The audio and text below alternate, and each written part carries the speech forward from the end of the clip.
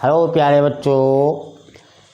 बच्चों आज हम समझेंगे हेनरी के नियम के बारे में कि हेनरी ने एक नियम दिया था, क्या नियम था उसके बारे में समझेंगे। आप लोग लाइक और सब्सक्राइब और कमेंट ज़रूर कीजिए। तो हेनरी एक वैज्ञानिक थे।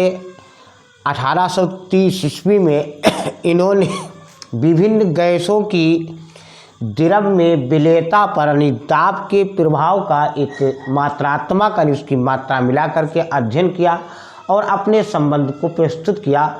उसी को हेनरी का नियम कहते हैं।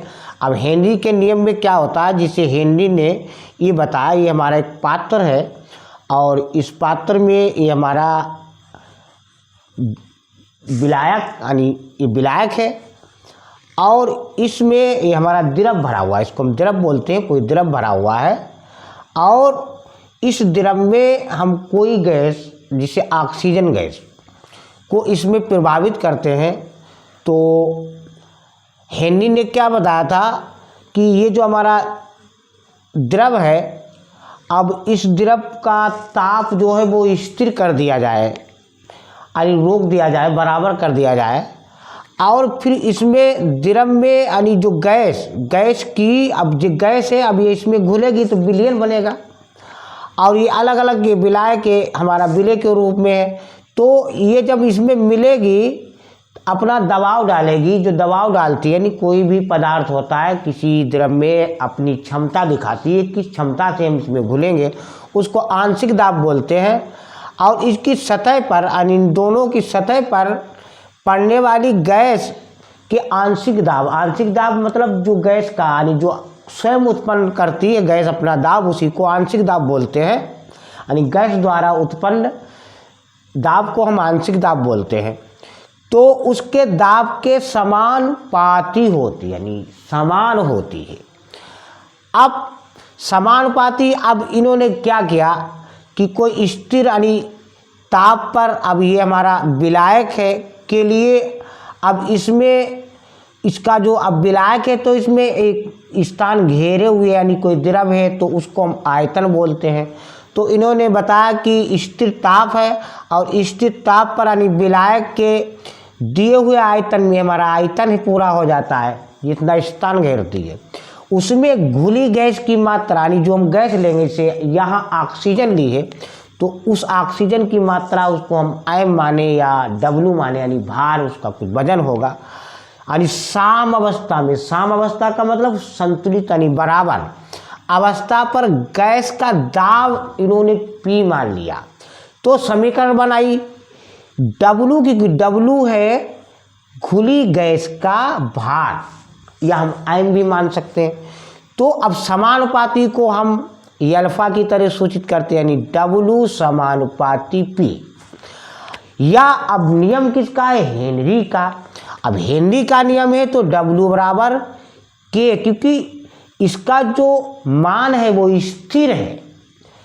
के क्या होता है, यानी समानुपाती एक स्थिरांक है तो समानुपाती होता है। तो के अब किसके दाब, तो इसको हमने कर दिया डब्लू बराबर के पी या के एच पी, एच लगा दिया क्योंकि हेनरी का नियम है। के एच पी लगा होगा तो हम समझ जाएंगे कि हेनरी का नियम यानी हेनरी वैज्ञानिक का नियम है। तो अब ये नियम, अब इसकी परिभाषा जो हमने आपको बताया वैसे पढ़ के बता रहे हैं। स्थिर ताप पर किसी गैस की द्रव में, ये हमारा स्थिर ताप है, किसी गैस की द्रव में हमारा द्रव है विलेयता।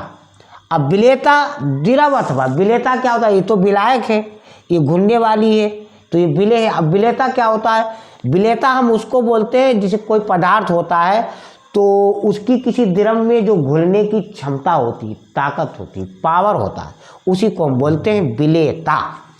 तो इसमें द्रव में विलेयता अथवा विलयन, अब घुल गए तो दोनों विलयन बन गए, की सतह पर पड़ने वाली, अभी यहाँ सतह है, गैस के आंशिक दाब के, आंशिक यानी जो स्वयं उत्पन्न करती है गैस दाब, उसके आंशिक दाब के समानुपाती होता है। अब हमने इसमें भार माना था गैस का डब्लू और दाब हमने माना था पी, समानुपाती होता तो डब्लू समानुपाती पी। और हेनरी का नियम है इसलिए डब्लू बराबर के एच पी।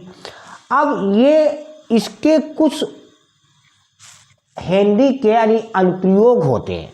अब अनुप्रयोग क्या होते हैं यानी हेनरी के अनुप्रयोग, तो हम लोग कुछ शीतल पेय यानी जिसे हम लोग पीते हैं कोका कोला या ठंडा वगैरह या जो सोडा वाटर होता है, तो वो बंद है।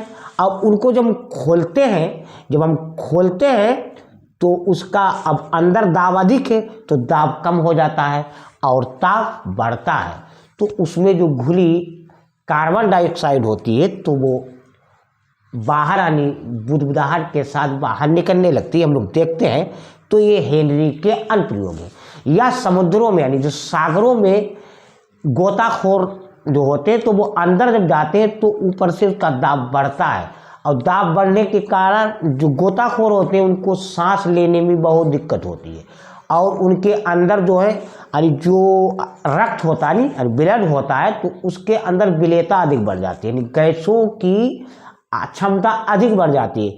लेकिन जब वो धीरे धीरे बाहर निकलते हैं तो दाब कम हो जाता है और जो नाइट्रोजन जो होती है उसके हमारे रक्त में यानी बुलबुले बनने लगते हैं, जिससे जो है शरीर जो होता है तो वो टेढ़ा हो जाता है, इसको बेंडस बोलते हैं।